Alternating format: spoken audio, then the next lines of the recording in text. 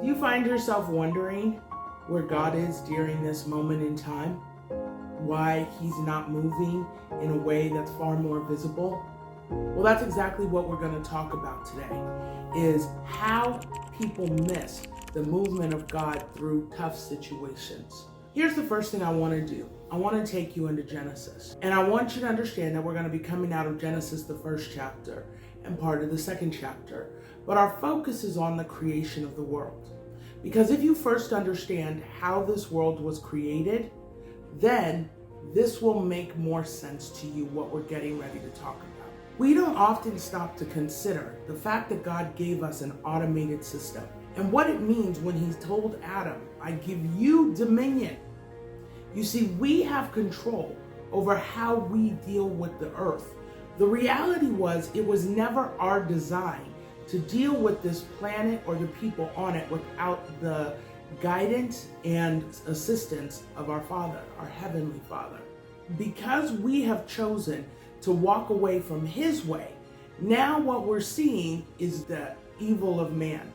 What he's allowing us to see, what he's showing us, is why he always said, man cannot rule over man. I want you to look at this time in history, this time in life, as not something to be fearful of. Yes, people are going to die. They're going to get hurt.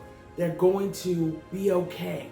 But no matter what, those who are with the Father are going to be okay. And even some of those who are not. Remember, death is not the end. It's simply a transition. And when you understand that you're transitioning from the physical world into the world that's coming, this should be much easier and much more palatable when it comes to actually listening and looking at what it is he's saying. So, here's the first thing I want to start off with.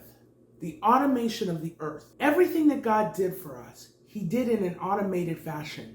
You know this. The seasons come and go. Summer, winter, spring, and fall. Apple trees come and go. They bloom in their season. They finish dropping what's left of their apples. They grow more apples again the following year. It doesn't matter what the tree is. People get older year after year. 365 days is a year. It doesn't matter what day you celebrate New Year's, it's 365 days. Everything in this world is a cycle. In order for something to cycle, it has to be automated. And see, what we keep thinking is that, oh, God is monitoring all this stuff. No. But then the Bible says, well, he's your help in a time of need. Of course he's your help in a time of need. Just because the machine is automated doesn't mean that humans don't have to step in on occasion to make something happen. It's no different with the Father and all of the angels.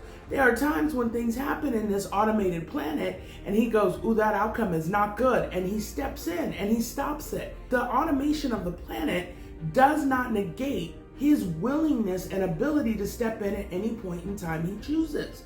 Now listen, God told you no man will have an excuse. And see, because he used the terminology man, we like to get petty, right? And when I say petty, here's what I mean. We sit back and go, well, he's talking to man, he's not talking to woman. That's just ignorance. And so what I want you to understand is that now more than ever, you're going to start seeing that biblical ignorance take a rise up. And the reason that you're going to see that is because there's so much that's happened. People are realizing the role that these pastors played in all of this. They're starting to understand the truth of what has been behind this construct that has been happening for decades that no one was aware of. And so as they see this, they become more and more disillusioned. The whole purpose behind all of this is to drive you closer to the Father. Because at the end of the day, he's showing you, you think man has you? He doesn't have you. He never has. So let me bring to you some other things that have crossed my desk. Because there are some people out there who are just so unbelievably ignorant, I wish they would just stop talking, right? Like, how come the more ignorant you are, the less likely they are to cut you off social media? But the more intelligent you are, the faster they cut you off. It's just ridiculous.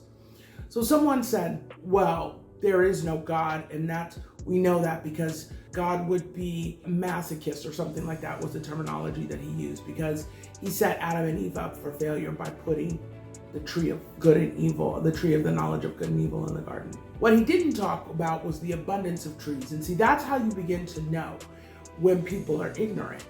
Or you listen and you begin to allow your mind to question some of the things that they say, and then you don't take into account what really was going on. You see, in that garden, there were hundreds of thousands of trees. I want you to understand that. There were not 5 or 6 trees. I want you to think just about the human psyche, okay? If you're hungry and you go into the refrigerator and all that's in there is a can of peanut butter and it's just a dollop, it's enough for maybe half a sandwich, what automatically happens? Right, you get hungrier. So it would not have made sense for our Father to put 5 trees in the garden, because Adam and Eve would have always felt like they were hungry. They wouldn't have had options. They wouldn't have had all these other things. That's a psychological issue. It's a thing that happens naturally with the brain when it feels like it doesn't have enough.